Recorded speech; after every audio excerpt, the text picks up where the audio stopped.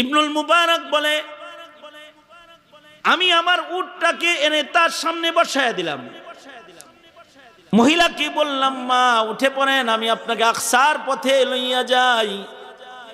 ইবনুল মুবারক বলে, মহিলাটা হারিয়ে গেছে নারী, তাকে উটের পিঠে বসায়া আমি উটের লাগাম টেনে টেনে জমিনে হাঁটতে লাগলাম আকসার পথে। আর আমি মহিলার মনোরঞ্জনের জন্য বিভিন্ন শের শায়রি আশআর গুলো কবিতাগুলো পড়তে লাগলাম, যাতে করে তার মনের মধ্যে একটু সুরুর আসে।